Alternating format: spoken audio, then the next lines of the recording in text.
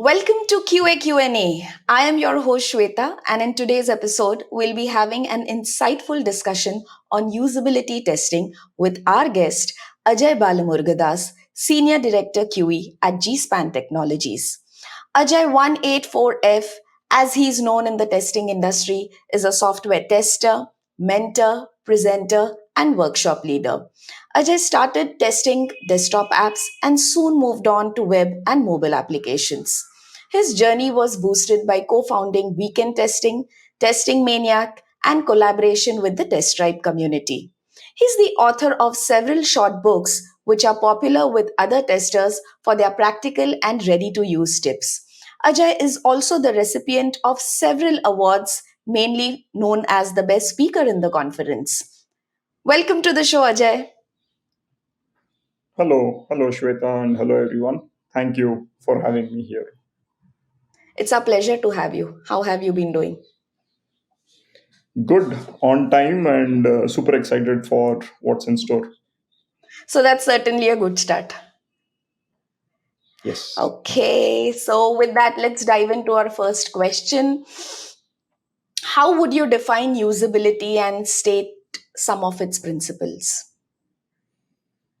Uh, Usability, in simple terms, the ability to use, right? That's usability, use plus ability.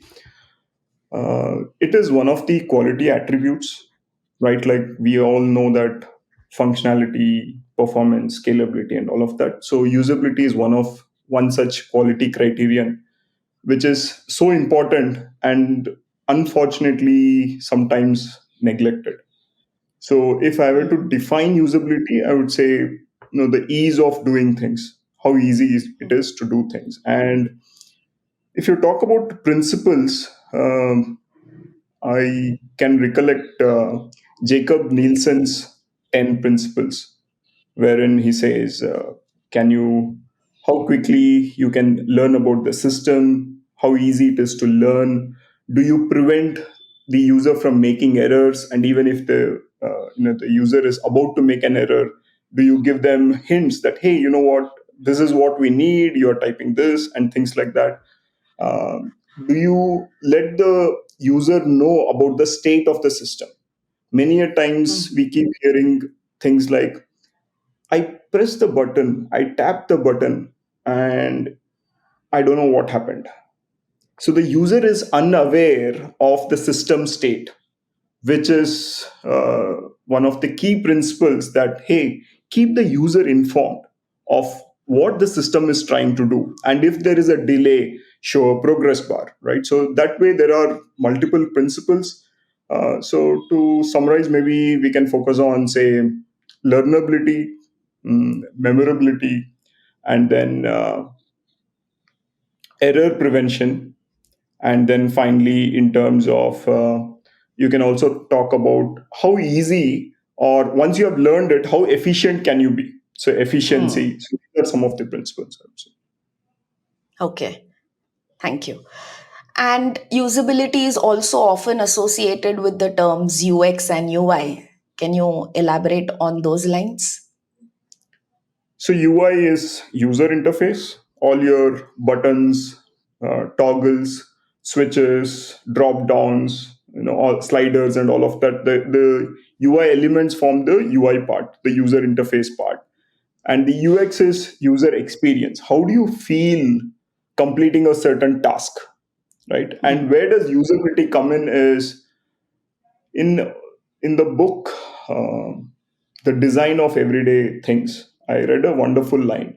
Usability is something that will help the user move from frustration to pleasure. So usability is the bridge between frustration and pleasure. Bad usability, frustrated users. Great usability, users are delighted users.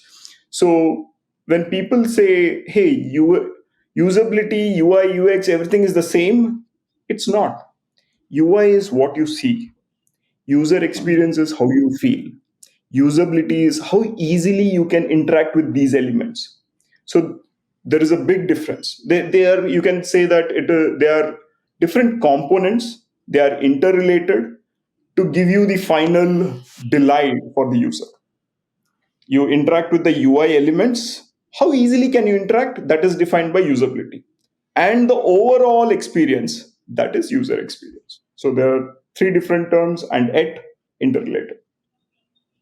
Beautifully said, Ajay. Thank you. And so when and how is usability testing, embedded in the life cycle of the product? Uh, Wish everyone started it right when we think about the product. That's a great place to start.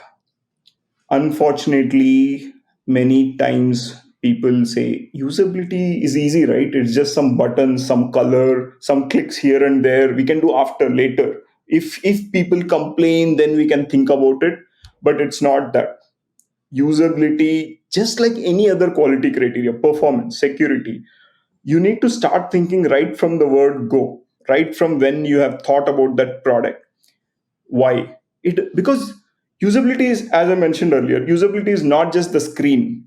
It is everything to do with the experience. Now, without that experience in mind, without understanding the user's context, without understanding why we are doing what we are doing, and Hmm. how it will fit in the bigger picture, you'll not be able to change the design. And then what happens if you start late is people will say, hey, we have already spent so much time building this, try changing this design. It'll be like patchwork. And if Hmm. you want to avoid patchwork and if you want to have a great product, start early, start mindfully, and interact with the users, get the real users, work with them, test, show your product or prototype to them, get their feedback, and then build it. And I want to add one more point here. One of my friends also highlighted that, hey, what about usability for enterprise products? And I was like, Hmm. good. That's a totally different ball game. But at the same time, there are users. So start as early as possible. Okay. I would vouch for that tip anytime, in regardless of any of the testing types, to be honest. And what kind of heuristics would you use in usability testing? So, see, trying to remember multiple heuristics is a challenge in itself. Like, for example, I try to remember the 10 heuristics of Jacob Nielsen, and then Hmm. maybe I'll remember three or four. That's where we need to use tools, being smart. So, there is a browser extension called UX Check, which Hmm. lists out all the 10 heuristics of Jacob Nielsen. And you can use that in your while you're testing your application and then say, hey, you know what? Visibility of the system state. Is this screen anywhere? Do I find that the system state is not visible to the user? Oh, it's not, file a bug, link it, right? Error Hmm. prevention is the next check, I mean, the heuristic in that list of 10, right? So that way there is a UX check, the Hmm. browser extension that can be used. The other heuristics, which is like a fallible way of solving a problem, what I use is I try to approach every product as a totally new user. Hey, what is Hmm. this? What are we trying to do? What's the use case? Why do we need this product? Right? And ask questions and don't listen to people who say this is how you need to do it. No, I'll not Hmm. listen to how it needs to be done. I will do it the way I want it to. I want to do, right? I will do it my way. If I'm not able to do, that's not my problem. That's the application's problem. Absolutely. That one heuristic, that foundational heuristic, I would say, is the success of great products. The user is never wrong. Hey, the user doesn't know even this thing. No, it's your fault. You did not educate. You made it so difficult that every time the user is trying to use your application, the recall factor is so less. Whose fault?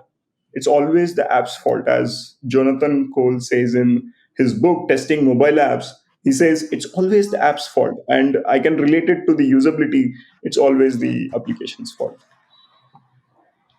Wonderful. I'm loving these references that you're making to these books in parallel. And on similar lines, so you mentioned that user interface is what the user sees, whereas user experience is what a user feels. So, how do you effectively measure usability? Because then feeling might mean different to different people. True, true. So when you do the usability testing, how is it usually done is you have a prototype or an application, you bring in some real users, you give them tasks. Hey, you know what? Can you attend a meeting in StreamYard, for example, right? So that is a task. And then you see how well they are able to do it, and then how much time did they take to complete it. So you measure by the number of tasks they completed and the time they took to complete, right? Hey, 5 users took 5 minutes to complete this task, whereas this 3 users took like 15 minutes to complete this task, something like that, right? That is one way to measure. I am okay with that method of measuring, but at the same time, I want to discuss with those users. Hmm. Maybe they have seen it before. Maybe they Hmm. have seen something similar before. Maybe Hmm. they have seen it, but they don't remember that they have seen it.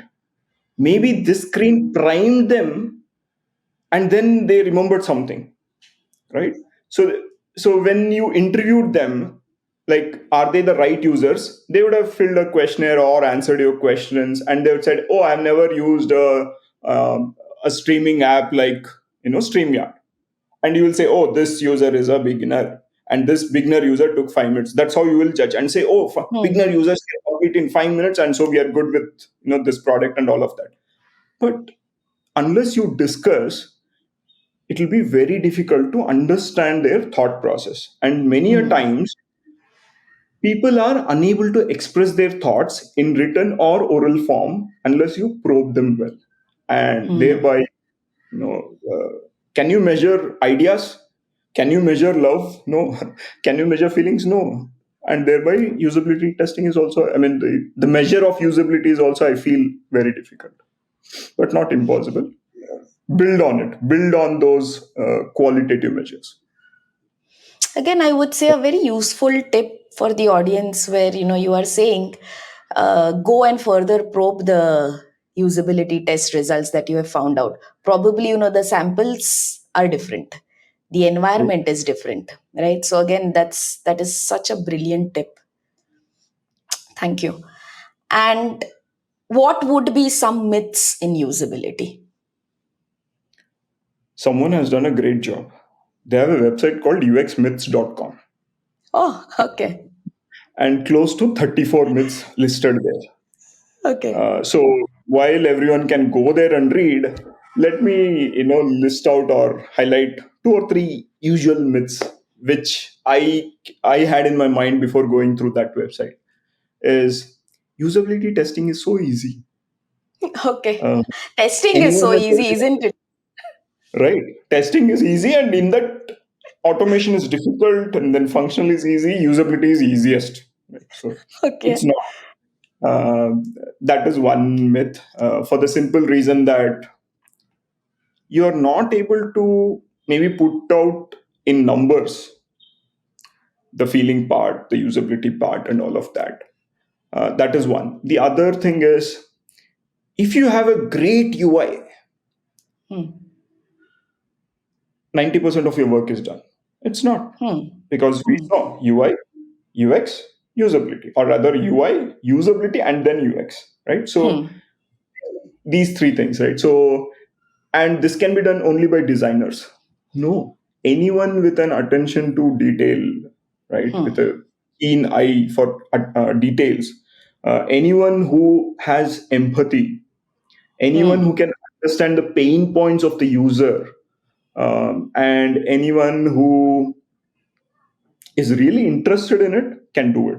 And it's not just for designers. Hey, I have done my functional testing, give it over to the designers or the UX testers who will click here and there and all of that. No, it's not. And things like, uh, if you take more than 3 clicks, that Hmm. means, or if you scroll for more than 3 pages, then that's not right. We should minimize the clicks. No, as long as you keep me engaged, as a user, I'll be happy to do 100 clicks, right? You need to keep me engaged. You need to make me click. Like, hey, what is Hmm. that? What is that surprise? Oh, I'll click there. Oh, wow. Oh, nice. I like it. I love it. Oh, yeah, I never realized it. You need to make me feel that. You need to make me live in that moment. But many websites, unfortunately, they are like, this is the info. You want, take it. If not, okay, fine, lose it. We are okay to lose it, right? So that's some of the myths. I would call this, tip of the episode, Ajay, that keep your users engaged. Wonderful, brilliant tip to incorporate usability. And on similar lines, so what skills are needed to be an effective usability tester? First, be good at testing. And once you're good at testing, uh, which is again the common skills: questioning, note taking, being organized, uh, have the courage to say the truth, experiment, all of that for core skills of a good tester. See, I'm not told Hmm. automation. Quick learning and being able to use tools as appropriate is a tester part. Then the usability tester part is empathy. Hmm. Boss, this is how I've designed. You want to use? No. Hey, what is that pain point? Why is the user even coming to this website or our application? What are they trying Hmm. to do? Why are they trying to do? In which context are they trying to do? Trying to Hmm. understand the user. For Hmm. example, an app for someone who is trying to report a missing person. Okay, one of relatives is missing or something like that, the state of mind is very different. They're not going to use the app like a movie show booking app. They're worried. They are restless. They are like, they are afraid. They don't know what will happen, right? So at that moment you can't say, can you give me a 5-star rating if you like the app? That means you have not understood the emotional state of the user, right? So understanding the emotional state of the user, understanding why they need it, empathy, and then of course knowledge of the different heuristics, knowledge of the different applications. Hey, can I do this better? A little sense, a little design sense will help, right? uh, we see so many presentations wherein people have the text put in on the slide and then forget formatting and all of that. Center align, balance, contrast, uh, and then yeah. So some of these things, if you like it, if you are interested in this, then I think these skills will help you become a great usability tester. Yeah, but I think, operating with empathy has to be the topmost skill. Yes. Okay, so moving on to the next question. Is usability the same as accessibility? And if not, how do they differ? So there is this wonderful person called Karthi Subramanian, who runs design workshops. Hmm. So I read a blog from her which said universal design versus accessible design. Accessible Hmm. design, maybe maybe my summary might be wrong, but what she was trying to get is a design. Accessible design is a design to help or to to help those users with challenges. A Hmm. universal design is, it is available, it helps everyone, Hmm. and when it helps everyone, even those folks with challenges will be able to use it. Hmm. So usability the same as accessibility?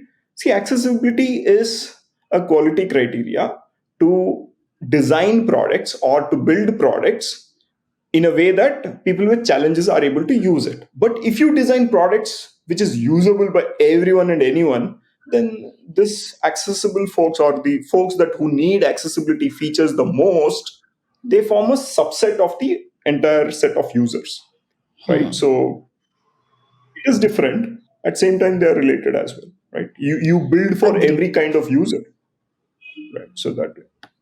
Agreed. Agreed. And I am sure, people would love that. Why don't you just consider us in the bigger umbrella and design for us rather than focusing too much on us? So I'm with you on that. That Right. accessibility is a Very subset of usability. correct. Right? Yeah. Thank you. Okay. And you've given us such beautiful insights, but some insights or probably some learning for our beginners as well. How does our audience start learning about usability and the related testing? Use apps, use the Okay. applications. And when you use, observe, make notes. What did you like? What you did not like? And then once you have this list, hey, I like this, I don't like this, then go and find out, is there a term for it? Progressive disclosure. Not showing Hmm. everything at once, but slowly taking the user to the next steps. Oh, that is called as progressive disclosure, right? So now you are slowly learning the terms. Don't jump into learning the terms first. Oh, this is Hicks law, this is Miller's law, this is progressive disclosure. You're not able to connect, right? So use the apps. You become that user. You show that frustration. Oh, this angers me. This frustrates me. Oh, I love it, right? Once you get that emotions, rather than, acha, I have to read usability testing. Okay, let me. That will not work, right? So be that user, then learn the principles, heuristics, mistakes. Create that mind map, create that landscape of, okay, next 2 years I'm going to learn about usability.